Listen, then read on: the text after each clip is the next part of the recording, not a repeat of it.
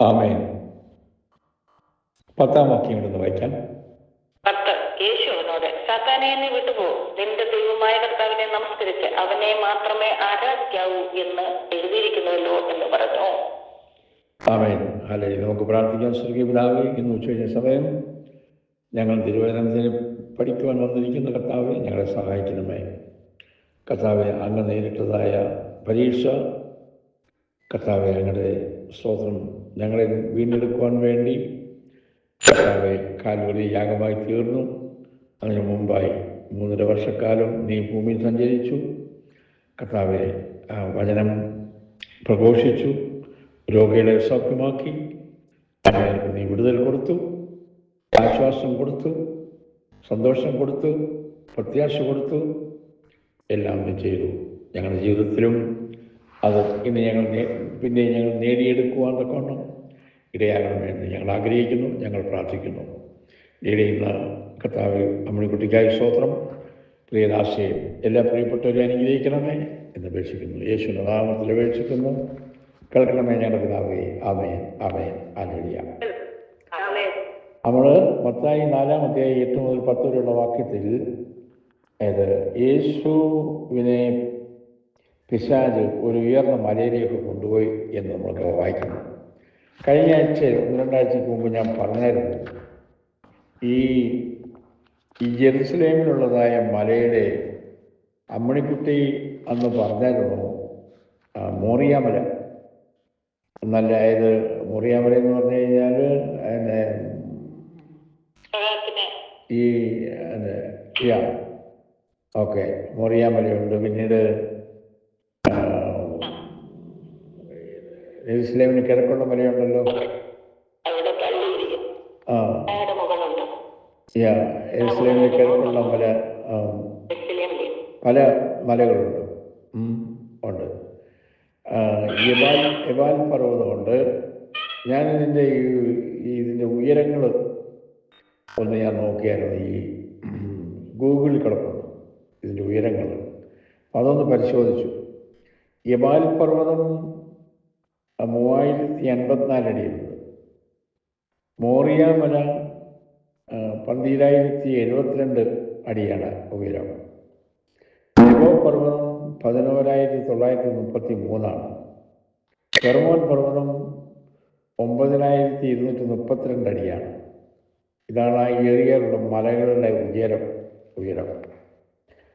ഏറ്റവും ഉയരം ഇവിടെ കാണുന്നത് മോറിയാമലയ്ക്കാണ്. അങ്ങോട്ട് പറഞ്ഞതുപോലെ തന്നെ മോറിയാമല. പക്ഷേ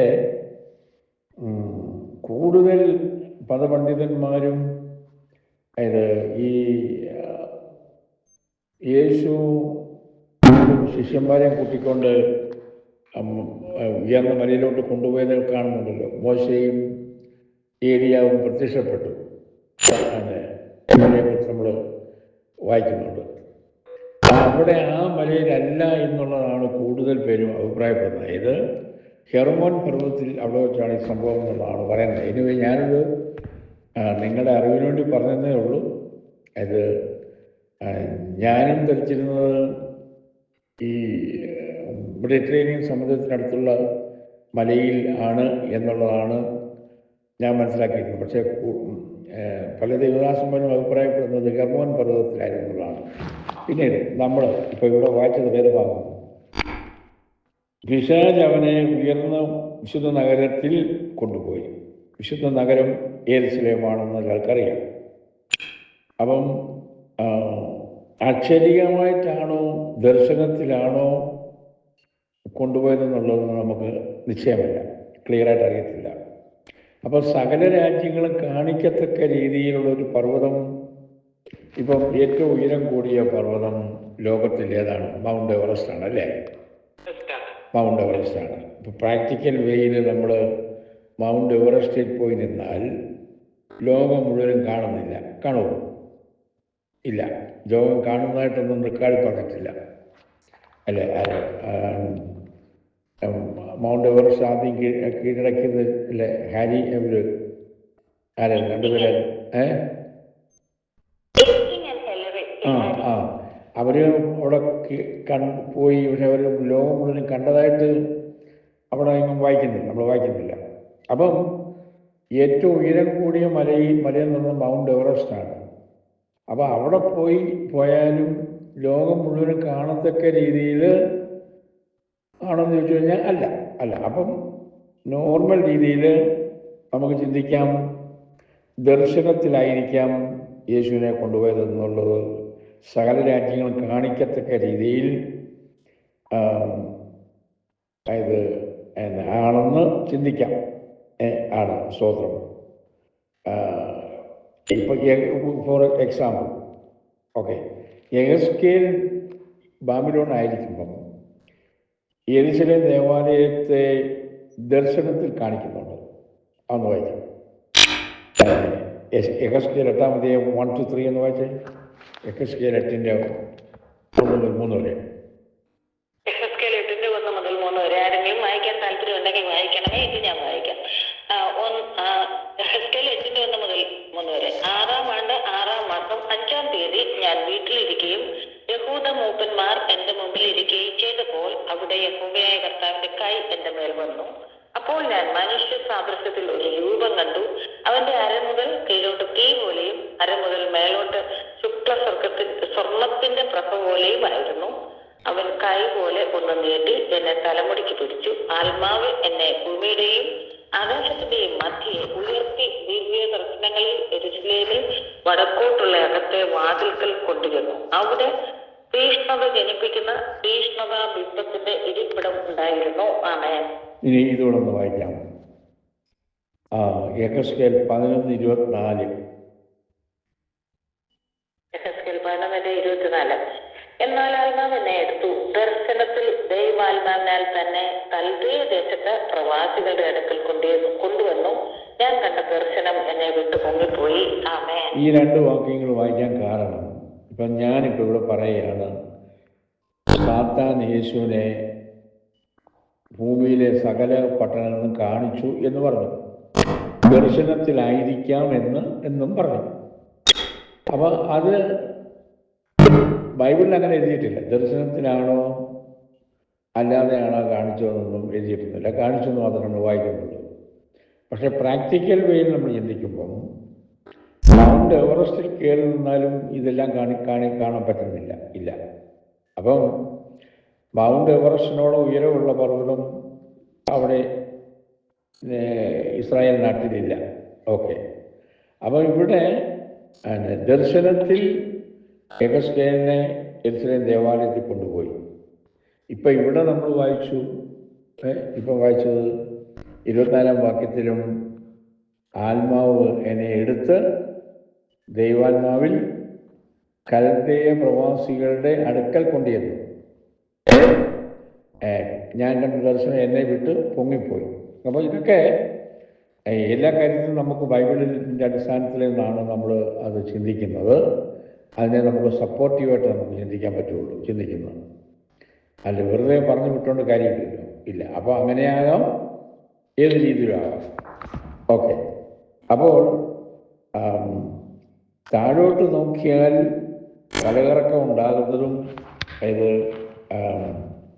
യേശു അല്ലെങ്കിൽ കിദ്രോ അവിടെ സാത്താൻ അങ്ങനെയല്ല കൊണ്ടുപോയത്. അങ്ങനെയല്ല വായിച്ചത്. സാത്താൻ അവനെ എവിടെ കൊണ്ടുപോയി? ഏത് സ്ഥലം എവിടെ പറഞ്ഞേക്കുന്നു? പിന്നെ പിശാച് അവനെ ഏറ്റവും ഉയർന്ന ഒരു മലമേൽ കൂട്ടിക്കൊണ്ടുപോയി. ആമേൻ. ലോകത്തിലുള്ള സകല രാജ്യങ്ങളെയും അവയുടെ മഹത്വത്തെയും കാണിച്ചു. ഓക്കെ. സ്തോത്രം. ഹല്ലേലൂയ. ഉയർന്നൊരു മലയിലോട്ട് കൊണ്ടുപോയി എന്ന് വായിച്ചു.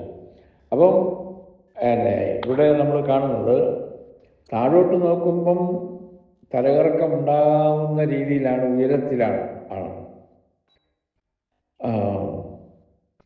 അതുകൊണ്ട് ഇതൊരു പ്രാക്ടിക്കൽ വേയിൽ ഉണ്ടാകാവുന്ന ഒരു കാര്യമാണ് നമ്മളിപ്പം ഇത് ചിന്തിച്ചത്.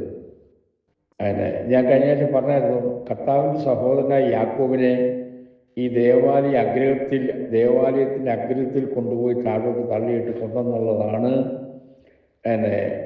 ചരിത്രകാരൻ അഭിപ്രായപ്പെടുന്നത്. അപ്പോൾ ഇവിടെ സാത്താൻ പറയാണ്, തിരുവെഴുത്ത് വിശ്വസിക്കോ, ദൈവത്തിൽ ആശ്രയിക്കാൻ താഴോട്ട് ചാടുക എന്നാണ്. അപ്പോൾ സ്വർഗത്തിൽ നിന്നും ഒരു പാരച്ചൂട്ടിൽ എന്ന പോലെ താഴേക്ക് വന്നാൽ മെസ്സിഹായെ കാത്തിരിക്കുന്ന സാമാന്യ ജനം അപ്പോൾ അവനെ മെസ്സിഹായെ അംഗീകരിക്കും. സാത്താൻ്റെ ടെസ്റ്റിങ്ങാണ്. താഴോട്ട് ചാടിയാൽ നിന്നെ ജനങ്ങൾ മെസ്സിഹായെ അംഗീകരിക്കും. ഇങ്ങനെയൊക്കെയുള്ള പരിപാടിയാണ് സാത്താൻ ചെയ്യുന്നത്. ഇത് വിശ്വാസികൾക്കും ഇതൊരു മുന്നറിയിപ്പാണ്. ഇങ്ങനെയുള്ളൊരു ടെസ്റ്റിംഗ് സംഭവിക്കാം. സാത്താന്യ വേദവാക്യം ഉദ്ധരിക്കാൻ കഴിയും. അപ്പം സാത്താൻ വാക്യങ്ങൾ ഉദ്ധരിച്ചു ദുർവിനിയോഗം ചെയ്യും. ഒരാൾ എന്നോട്, ആരുടെ പേരൊന്നും ഞാൻ പറയാനില്ല, ഒരാൾ എന്നോട് സംസാരിച്ചൊരു വിഷയം പറയുകയാണ്. ഒരു സഭയിൽ ഒരു പ്രവാചകൻ, എവിടാണെന്നും പറയുന്നില്ല, ഏത് സ്ഥലത്താണ്, അമേരിക്കയിലാണെന്ന് മാത്രമേ ഞാൻ പറയുന്നുള്ളൂ, ഒരു പ്രവാചകൻ വന്ന് ഒരു സഭയിൽ പല ദൂതുകൾ പറഞ്ഞു. ഓക്കെ, ദൂത് പറഞ്ഞപ്പോൾ സഹോദരിമാരാണല്ലോ കൂടുതലും അതിനെ ഏസിട്ട് കൈയടിച്ച് പാസ്സാക്കി വിടുന്നത്. ഓക്കെ, ആണ്. അന്നേരം ദൂത് പറഞ്ഞപ്പോൾ ദൂതൊക്കെ മിക്കവാറൊക്കെ കറക്റ്റായിരുന്നു. ഓക്കെ, കറക്റ്റായിരുന്നു, ആണ്, അല്ലെന്ന് പറയാനൊക്കത്തില്ല. അപ്പോൾ അവിടെ സഭയിലെ ഒരു വിശ്വാസം ചെയ്തിട്ടിരുന്ന പാസ്റ്ററുടെ ഒരു വിസിറ്റിംഗ് പാസ്റ്ററാണ്, നാട്ടിൽ നിന്ന് കണ്ട് പറഞ്ഞു പാസ്റ്റർ പറയുന്ന ദൂത് തെറ്റാണ് എന്ന് അദ്ദേഹത്തോട് പറയുകയുണ്ടായി. അപ്പം അദ്ദേഹമൊന്നും പറഞ്ഞില്ല, എല്ലാവരും കേൾക്കുന്നുണ്ട് എന്നെ. അപ്പം തെറ്റാണെന്ന് പറഞ്ഞു. അതിന് കാരണം കാരണം ഈ പ്രവചനം പറഞ്ഞ ആള് യേശുവിനെ കുറിച്ച് ഒറ്റ വാക്ക് പറഞ്ഞിട്ടില്ല.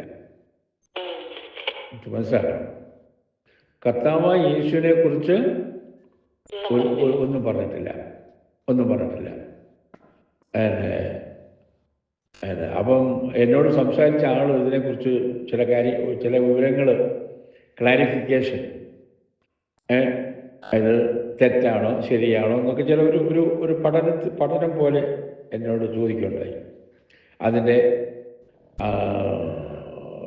ലീഗൽ സൈഡ് ഒന്ന്, ആ മീറ്റിംഗ് നടക്കുമ്പോൾ ഒരാൾ എഴുന്നേറ്റ് എന്ന് പാസ്റ്ററോട് പാസ്റ്റർ പറഞ്ഞത് തെറ്റാണെന്ന് പറഞ്ഞു. ഓക്കെ, പറഞ്ഞ ദൂതൊക്കെ മിക്കവാറും കറക്റ്റാണ്, സഹോദരിമാർക്ക് കൈയടിച്ച് പാസ്സാക്കി വിട്ടു. അപ്പോൾ ഒരു കാര്യം നമ്മൾ ചിന്തിക്കാനുണ്ട്, ഇതിൽ നിന്നും ഒരു കാര്യം പഠിക്കാനുണ്ട്. ഓക്കെ, ഞാൻ ആ വ്യക്തിയോട് പറഞ്ഞ മറുപടിയാണ് പറയുന്നത്.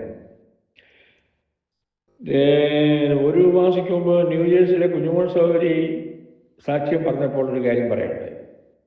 ഫ്ലോറിഡയിൽ ഒരു ചർച്ചിൽ ചെന്നപ്പോൾ 10,000 പേര് കൂടിയിരിക്കുന്ന ചർച്ചിൽ അവിടെ അറ്റൻഡ് ചെയ്തപ്പോൾ കർത്താവായ യേശുവിനെ കുറിച്ച് അവിടെ പറഞ്ഞിട്ടില്ല. 3 സ്വോത്രകാഴ്ച എടുത്തു. ഓക്കെ, സ്വോത്രകാഴ്ച എടുത്തു. ഓക്കെ, ഇവിടെ ഈ ദൈവദാസൻ ദൂത് പറയുന്നുണ്ട്, പക്ഷേ യേശുവിനെ കുറിച്ച് പറഞ്ഞിട്ടില്ല. ഓക്കെ, അപ്പം അതിൽ നിന്നും ഞാൻ അദ്ദേഹത്തോട് പറഞ്ഞു, അദ്ദേഹം ഒരു കാര്യം, അതായത് ആ സഭയിൽ എഴുന്നേറ്റിരുന്ന അദ്ദേഹത്തെ ക്വസ്റ്റ്യൻ ചെയ്ത ആൾക്ക് മീറ്റിംഗ് കഴിഞ്ഞിട്ട് പേഴ്സണലായിട്ട് വേണമെങ്കിൽ പറയാമായിരുന്നു, അങ്ങനെ പബ്ലിക്കായിട്ട് ചെയ്യണ്ടായിരുന്നു എന്ന് ഞാൻ പറഞ്ഞു. പക്ഷെ അദ്ദേഹം പറഞ്ഞ കാര്യം ശരിയാണ്. യേശുവിനെ കുറിച്ച് പറയാത്ത ഒരു വ്യക്തി ദൂത് പറയുന്നു. നമ്മൾ മനസ്സിലാക്കണം. ഓക്കെ, ഞാൻ പറഞ്ഞത് അദ്ദേഹത്തെ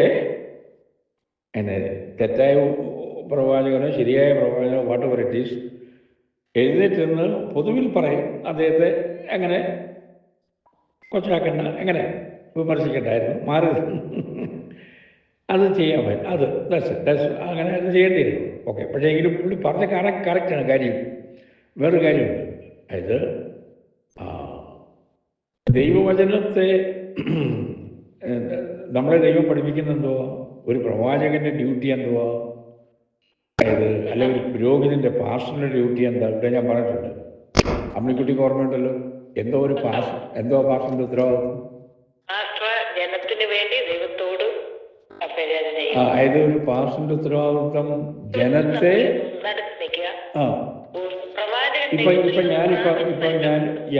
ഞാനിപ്പോ നിങ്ങളോട് ഈ കാര്യം പറയുന്നു. എൻ്റെ ഡ്യൂട്ടി എന്തോ? പ്രസന്റിങ് യു ബിഫോർ ഗോഡ് ആണ്. അത് നിങ്ങളുടെ ഓരോരുത്തരുടെ അതെന്ന് വെച്ചത് ഇത് pastor sought to present men to God. നമ്മുടെ ഉത്തരവാദിത്വം ദൈവമക്കളെ അതായത് വചനം പറഞ്ഞ് നിങ്ങളെ ഓരോരുത്തരെയും ദൈവസന്നിധിയിൽ പ്രസന്റ് ചെയ്യുക എന്നുള്ളതാണ് എൻ്റെ ഉത്തരവാദിത്വം. ഇപ്പം അമ്മണിക്കുട്ടിയെ പ്രസംഗിക്കുന്നതെങ്കിൽ ദാറ്റ്സ് യുവർ റെസ്പോൺസിബിലിറ്റി. ഇനി ഒരു പ്രവാചകന്റെ ഉത്തരവാദിത്വം എന്തോ? അതായത് presenting God to men. Presenting God to men, അതാണ് മനസ്സിലാക്കണം. Prophets present God to men. അപ്പം ഒരു പ്രവാചകന്റെ ജോലി എന്തോ? ദൈവത്തിൻ്റെ ആലോചന ദൈവത്തെ മനുഷ്യർക്ക് പ്രസന്റ് ചെയ്യുക. ഇപ്പോൾ അമ്മണിക്കുട്ടി പറഞ്ഞ പോലെ ദൈവത്തിൻ്റെ ആലോചന.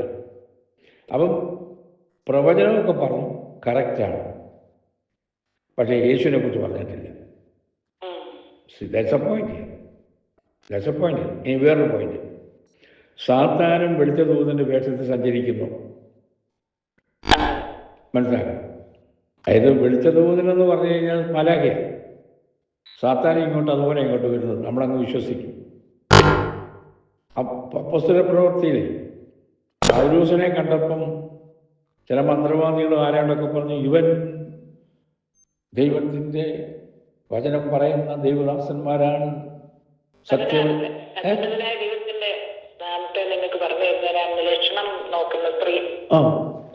അപ്പൊ സാത്താനും അറിയാം ഈ പൗലോസ് യഥാർത്ഥ ദൈവമനുഷ്യനാണ്, യഥാർത്ഥ ദൈവം പറയുന്നതാണെന്ന്.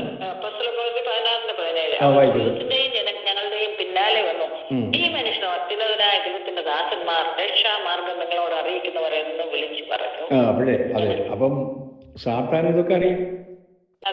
സാത്താനും യഥാർത്ഥ പാസ്റ്റർമാരാരാണെന്നും യഥാർത്ഥ പ്രവാചകൻ ആരാണെന്നും ഒക്കെ അറിയാം.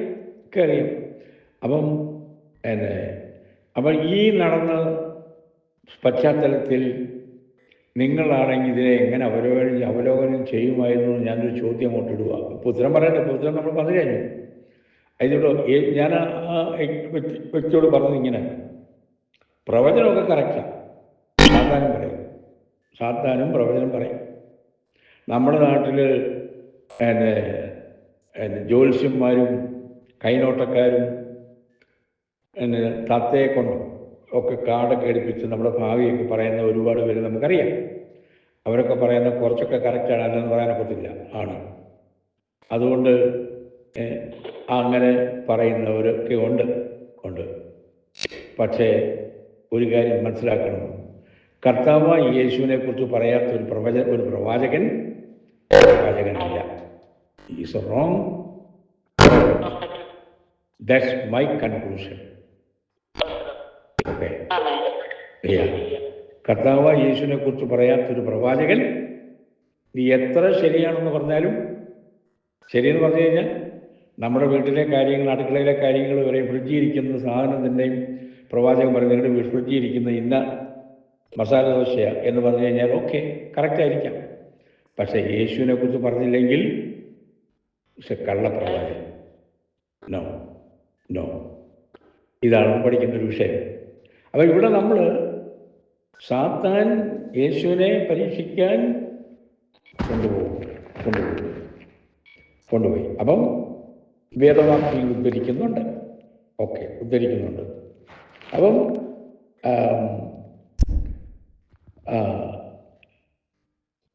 അപ്പോൾ സാത്താൻ അപ്പോൾ ഇത് നോക്കി, സാത്താൻ വിളിച്ചു നടന്ന് വായിക്കുന്നതല്ലായിരിക്കും. 2 കൊരിന്ത്യർ 11:14 നോക്കി. 2 കൊരിന്ത്യർ 11:14.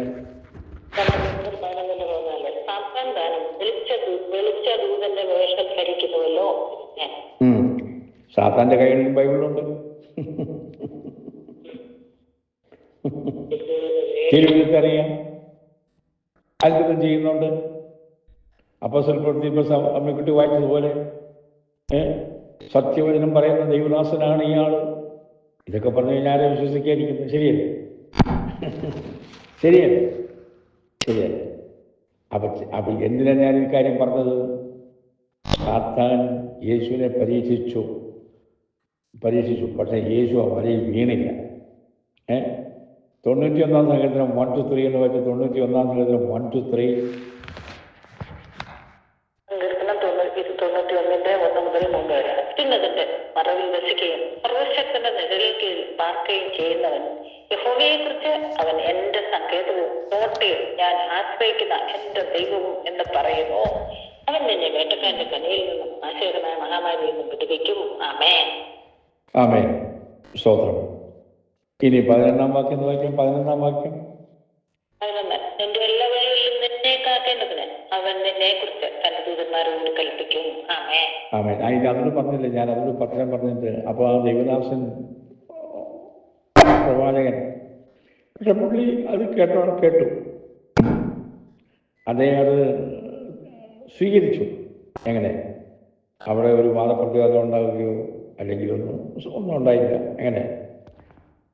അദ്ദേഹം തലകുനിച്ച് ഐ എഗ്രി എന്ന് പറഞ്ഞു ആ പറഞ്ഞ ആളോട്. ഞാൻ പറഞ്ഞില്ലല്ലോ. ഓക്കെ. അപ്പം സ്തോത്രം, ആ മാന്യത. ഓക്കെ. അപ്പം 11 വാക്യത്തിൽ നിന്റെ എല്ലാ വഴികളിലും അവൻ നിന്നെ കാക്കും. നിന്റെ എല്ലാ വഴികളിലും നിന്നെ കാക്കേണ്ടതിന് അവൻ നിന്നെക്കുറിച്ച് തൻ്റെ ദൂതന്മാരോട് കൽപ്പിക്കും. അപ്പോൾ സാത്താൻ ചാടാൻ പറഞ്ഞാലും സാത്താൻ പറഞ്ഞാലൊന്നും കേൾക്കേണ്ട ആവശ്യമൊന്നുമില്ല. നമുക്കറിയാം കർത്താവ് നമ്മുടെ എല്ലാ വഴികളിലും അത് നമ്മളെ കാക്കുന്ന ദൈവമാണ്. സ്തോത്രം. അപ്പം ദൈവത്തിൻ്റെ വഴിയിൽ കൂടി നമ്മൾ പോകുമ്പോഴാണ് ഇത് കാര്യം മനസ്സിലാക്കുകയുള്ളൂ. ഇപ്പം ഞാൻ പറഞ്ഞ ഈ സംഭവ കഥയിൽ കൂടി നിങ്ങളാണ് എങ്ങനെ അതിനെ വിശകലനം ചെയ്യുമായിരുന്നു. നിങ്ങൾ ഉത്തരവൊന്നും പറയണ്ട, നിങ്ങൾ തന്നെ അങ്ങ് അളന്നാൽ മതി എങ്ങനെയാണ് ഇതിനെ അളക്കേണ്ടതെന്നുള്ളത്. ഈ കാലങ്ങളിൽ പ്രത്യേകിച്ചും ഒക്കെ ഇതൊക്കെ നടക്കുന്ന കാര്യങ്ങളാണ്. അപ്പോൾ സ്തോത്രം, ആവർത്തനം 6:6 വായിക്കാം. ആവർത്തനം 6:6. ആവർത്തനം 6 വായിക്കാൻ ആരെങ്കിലും താല്പര്യം ഉണ്ടെങ്കിൽ വായിക്കാം. ഏതായാലും ഞാൻ വായിക്കരുത്. എന്റെ ദൈവത്തെ യഹോവയെ നീ പൂർണ്ണ ഹൃദയത്തോടും പൂർണ്ണ മനസ്സോടും പൂർണ്ണ ശക്തിയോടും കൂടെ സ്നേഹിക്കണം. ആമേൻ.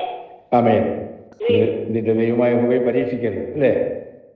എന്റെ ദൈവമായ യഹോവയെ ഇന്ന് ഞാൻ നിന്നോട് കൽപ്പിക്കുന്ന ഈ വചനങ്ങൾ നിന്റെ ഹൃദയത്തിലിരിക്കണം. അതായത് നമ്മൾ ദൈവഹിതമല്ലാത്തത് ഏറ്റെടുത്തുകൊണ്ട് അതിൽ വരാവുന്ന അപകടങ്ങളിൽ നിന്ന് രക്ഷിക്കുന്നതിന് ദൈവഹിതത്തിൽ ഹേമം ചെലുത്താമെന്ന് അഹങ്കരിച്ച് ചെയ്യുന്നതാണ്. അത് അപകടകരമാണ്.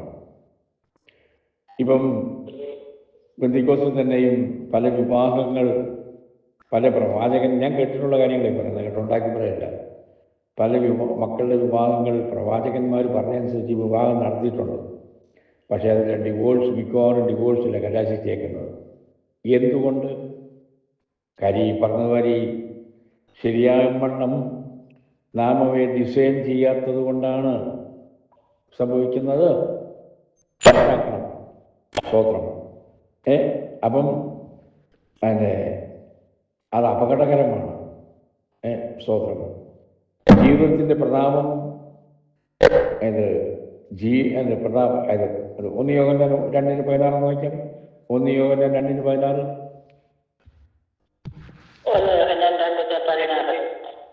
ജഡമോഹം, കൺമോഹം, ജീവനത്തിന്റെ പ്രതാപം, ഇങ്ങനെ ലോകത്തിലുള്ളത് എല്ലാം ലോകത്തിൽ നിന്ന് ചെറിയാകുന്നു. ആമേൻ. ഒന്നുകൂടി വായിക്കാം ക്ലിയർ ആയിട്ട്. ജഡമോഹം, കൺമോഹം, ജീവനത്തിന്റെ പ്രതാപം, ഇങ്ങനെ ലോകത്തിലുള്ളതെല്ലാം പിതാവിൽ നിന്നല്ല, ലോകത്തിൽ നിന്ന് അത്രേ ആകും. അങ്ങനെ പറയണം. അതെ, ചിന്തിക്കണം. ദൈവമക്കളെ, നമ്മളോട് ദൈവാലോചന പറയാനേ ഒരു കഴുതയാണെങ്കിൽ മതി. കഴുതെ കൊട്ട് ദൈവം ചെയ്യിപ്പിക്കും. ആണോ? പറയും. ഇപ്പം ഞാനിവിടെ എൻ്റെ മഞ്ജു മരിച്ചു കഴിഞ്ഞ് മഞ്ജുവിൻ്റെ ഓർമ്മയായിട്ടൊരു പുസ്തകം ഒരു ഇറക്കിയിട്ടുണ്ട്, പ്രിൻ്റ് ചെയ്ത് ഇറക്കിയിട്ടുണ്ട്. നിങ്ങൾ വായിക്കുക. ഞാൻ അതിനകത്ത് എഴുതി കൊടുത്തിട്ടുണ്ട്. അത് വായിച്ചു നോക്കൂ. ഞാനിവിടെ പറഞ്ഞിട്ടുണ്ട്, ഞാനിപ്പം നിങ്ങളോട് ഈ വചനം പറയുന്നത് പ്രവചനത്തിൻ്റെ അടിസ്ഥാനത്തിലാണ് ഞാനിപ്പം നിങ്ങളോട് വചനം പറയുന്നത്. മനസ്സിലാക്കണം. ഓക്കെ. ഒരു പ്രവാചകനെ ഞാൻ തേടി പോയിട്ടില്ല. ആരുടെയും പുറകെ പോയി അന്വേഷിച്ചിട്ടല്ല. അതോട് പറയാം. എൻ്റെ വീട്ടിലൊരു സാധാരണ ഒരു വിശ്വാസി കടന്നു വന്നു. അദ്ദേഹം ഒരു കത്തോലിക്ക വിശ്വാസിയായിരുന്നു ആദ്യം. ഞങ്ങൾ ഒരുമിച്ചിരുന്ന് അടുക്കളയിൽ ഇരുന്ന് ആഹാരം കഴിച്ചുകൊണ്ടിരിക്കുമായിരുന്നു. അപ്പോൾ എൻ്റെ വൈഫ് ആ സമയത്ത് ഹോസ്പിറ്റലിൽ ജോലിക്ക് പോയിരിക്കുകയാണ്. ഒരു സൺഡേ ഉച്ച കഴിഞ്ഞ്. മനസ്സിലാക്കണം. ഞങ്ങൾ പറഞ്ഞിട്ടുണ്ട്, ഞാൻ എഴുതി മഞ്ജുവിൻ്റെ ആ പുസ്തകത്തിൽ എഴുതിയിട്ടുണ്ട്. ഇപ്പം ഞാൻ നിങ്ങളോട് വചനം പറയുന്നത് എങ്ങനെയാണ്? അതായത് ഞാനൊന്ന് ജോലി ചെയ്യുന്നുണ്ട്. അപ്പോൾ അന്ന് അദ്ദേഹം എന്നോട് പറഞ്ഞു, അച്ഛൻ പേര് പറഞ്ഞ് പ്രാർത്ഥിക്കാൻ പോകുന്ന ശുശ്രൂഷ ചെയ്യാൻ പോകുക എന്ന് പറഞ്ഞു. ഇങ്ങനെ എന്നോട് ഒറ്റ വാക്ക പറയുന്നത്, അച്ഛൻ പേര് പറഞ്ഞ് പ്രാർത്ഥിക്കാൻ പോകുന്ന ശുശ്രൂഷ ചെയ്യാൻ പോകുന്നു.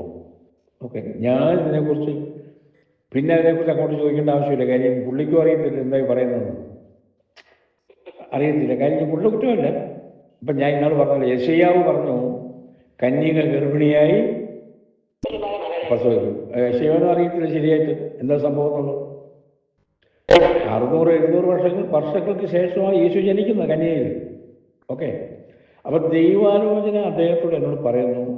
ഓക്കെ, ഞാൻ കേട്ടോണ്ടിരുന്നു. എനിക്ക് പെട്ടെന്ന് മനസ്സിലായി അതൊരു പ്രവചനമാണ്.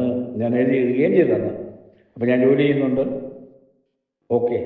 എൻ്റെ അറിവിൽ ഞാൻ പേര് പറഞ്ഞ് പ്രാർത്ഥിക്കുന്നത് അന്നത്തെ കാലത്ത് പണ്ട് വലിയ കൺവെൻഷനിലെങ്ങാനും വലിയ സുരേഷ് ബാബുവിനെ പോലൊക്കെ ഉള്ളവർ കേട്ടിട്ടുണ്ട്.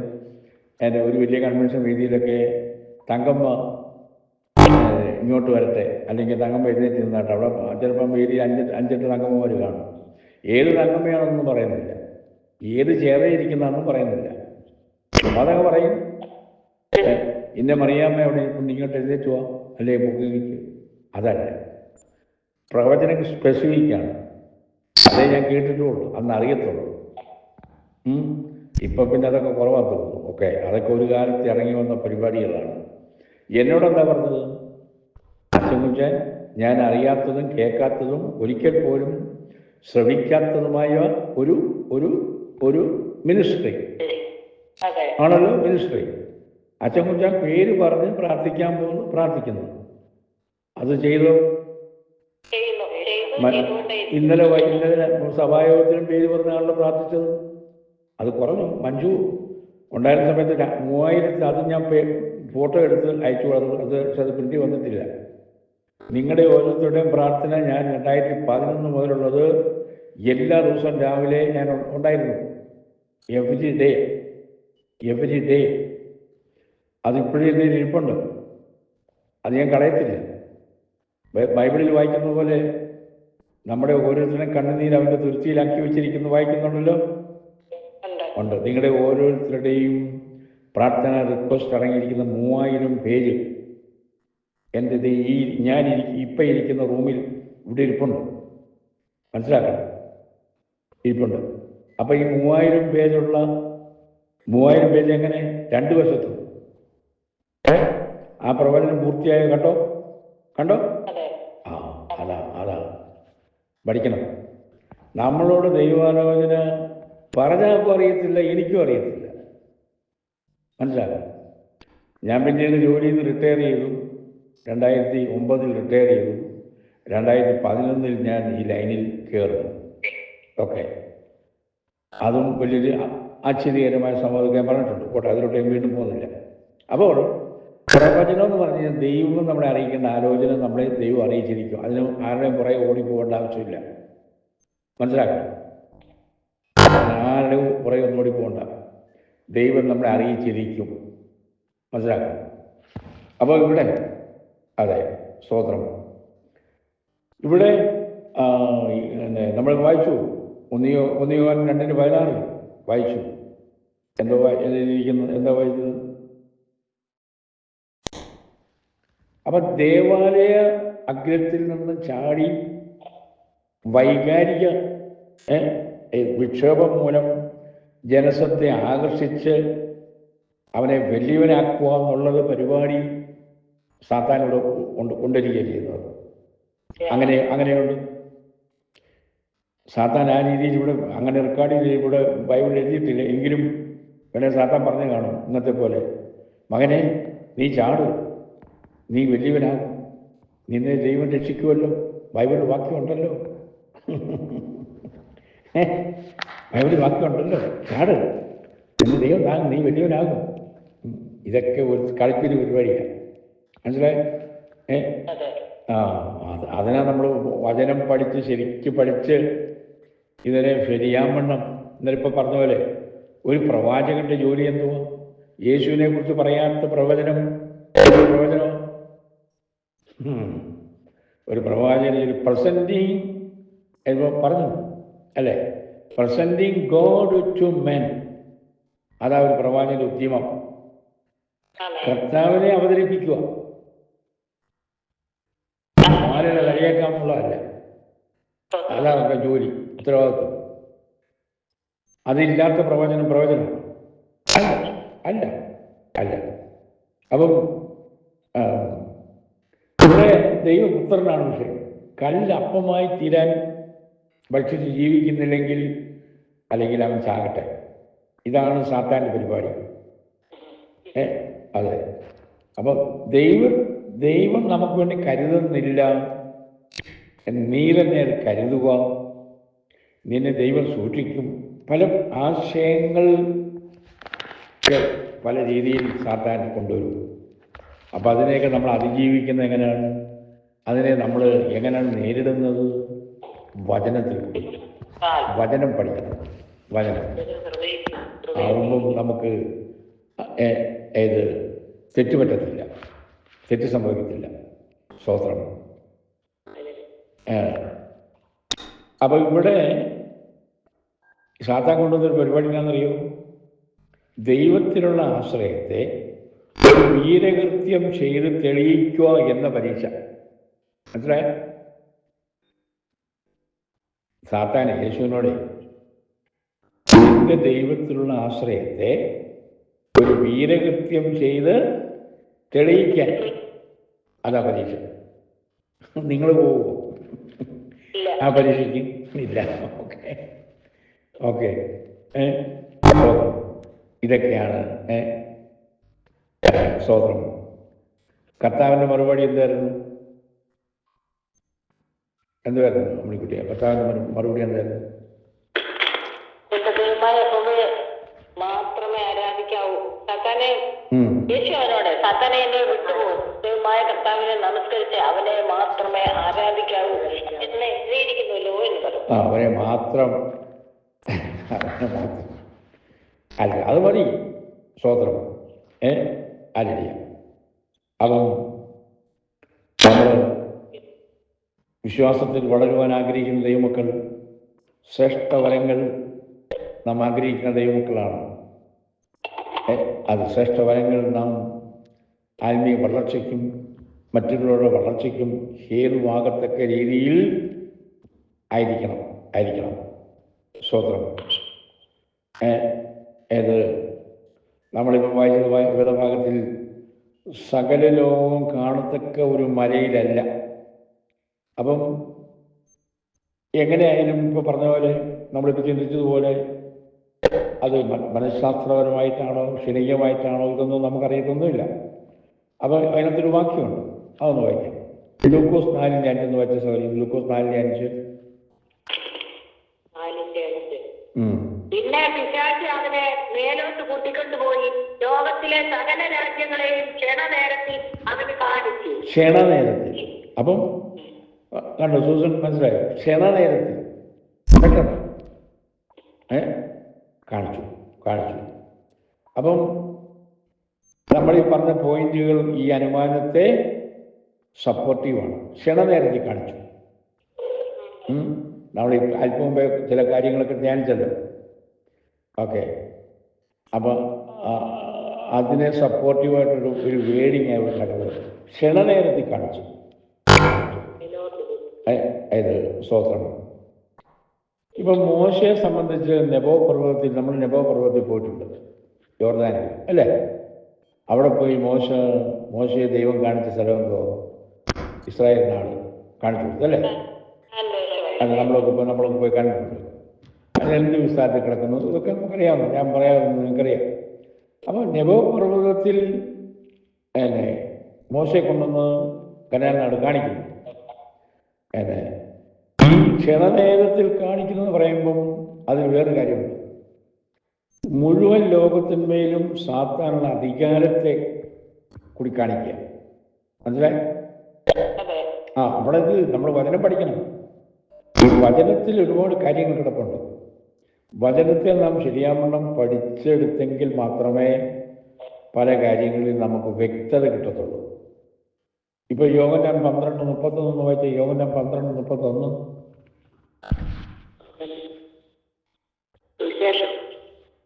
യോഹന്നാൻ 12:31.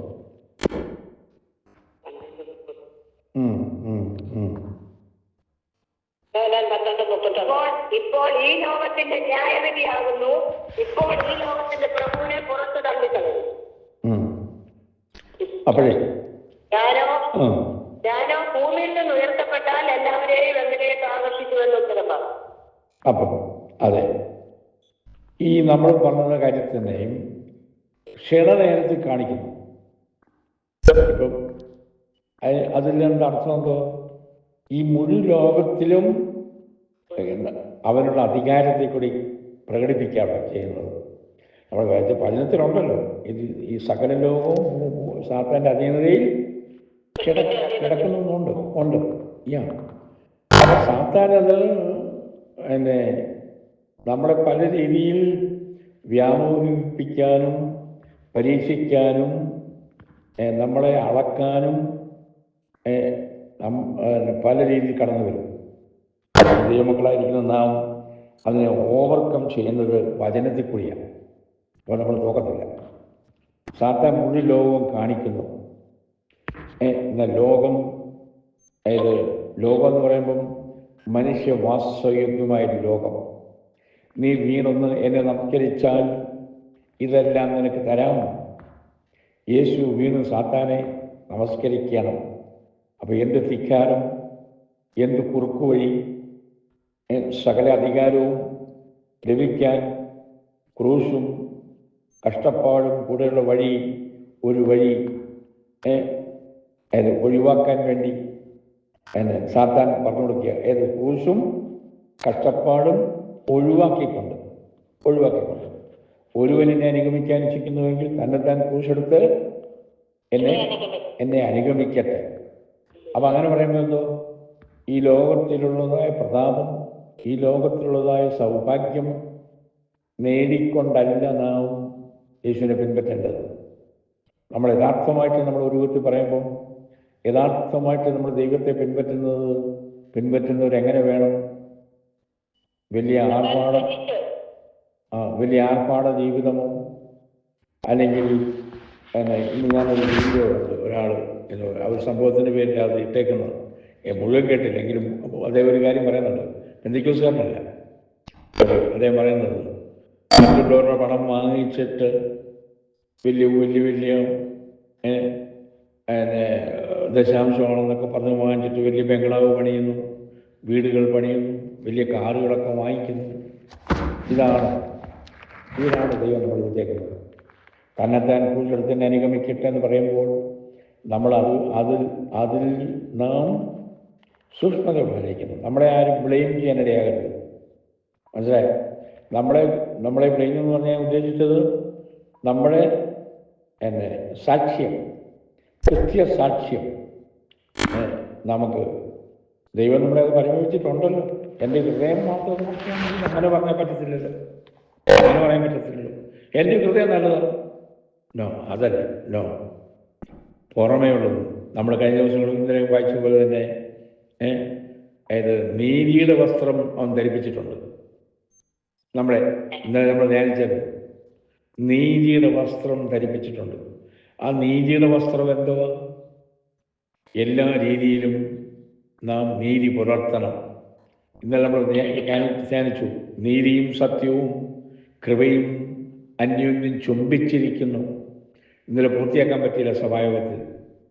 ചുംബിച്ചിരിക്കുന്നു. ദയയും കരുണയും നീതിയും സമാധാനവും തമ്മിൽ ചുംബിച്ചിരിക്കുന്നു. 85 സംഘത്തിൽ. അപ്പം നീതിയുടെ വസ്ത്രം ധരിച്ചെങ്കിൽ മാത്രമേ നമുക്ക് ദൈവത്തിൻ്റെ നീതിയെ അല്ല ദൈവത്തിൻ്റെ കൃപയെ ചുംബിക്കാൻ കഴിയത്തുള്ളൂ. മനസ്സിലായോ? ഹല്ലേലൂയ. ഞാൻ ഒരു വാക്ക് സമയം 1 മിനിറ്റുള്ളൂ. അങ്ങനെ പറഞ്ഞപ്പോൾ ഒരു കാര്യം ഓർമ്മ വരികയാണ്. ഇപ്പം വിവാഹം കഴിക്കാൻ പോകുന്ന പെൺകുട്ടി വേറൊരു വീട്ടിലോട്ട് ചെല്ലുന്നു. ആ വീട്ടിലെ അംഗമായി തീരുന്നു. അല്ലെങ്കിൽ വിവാഹം കഴിക്കാൻ പോകുന്ന പെൺകുട്ടി നീതിയുടെ വസ്ത്രം ഇല്ലെന്നുണ്ടെങ്കിൽ ചെന്ന് കയറുന്ന വീട്ടിലെ കരുണയും സമാധാനവും സ്നേഹവും ആലിംഗനം ചെയ്യാൻ പറ്റുമോ? ഒക്കത്തില്ല. It won't work. സിമ്പിൾ ലാംഗ്വേജിൽ ഞാൻ പറഞ്ഞതാണ്, നിങ്ങൾക്ക് മനസ്സിലാകാൻ വേണ്ടി ഞാൻ വാക്കുകൾ അവസാനിപ്പിക്കുകയാണ്. അതുകൊണ്ട് ദൈവമക്കളെ, ആത്മീയ പൊരുൾ, ആത്മീയ അന്തസ്സത്തെ മനസ്സിലാക്കിക്കൊണ്ട് നമ്മുടെ ജീവിതം നയിപ്പാൻ കൊണ്ട് നമുക്ക് ഏൽപ്പിച്ചു കൊടുക്കാം. സാത്താൻ്റെ വലയിൽ വീഴാതെ വണ്ണം അവൻ്റെ വചനത്തെ നാം പരിശോധിച്ചുകൊണ്ട് ഏറ്റെടുത്തുകൊണ്ട് നമുക്ക് മുന്നേറാം. ഈ വചനത്തിൽ ദൈവം നമ്മളെ എനിക്ക് താങ്ക് യു മണിക്കുട്ടി ആൻഡ് എല്ലാവർക്കും നന്ദി. Thank you. God bless you.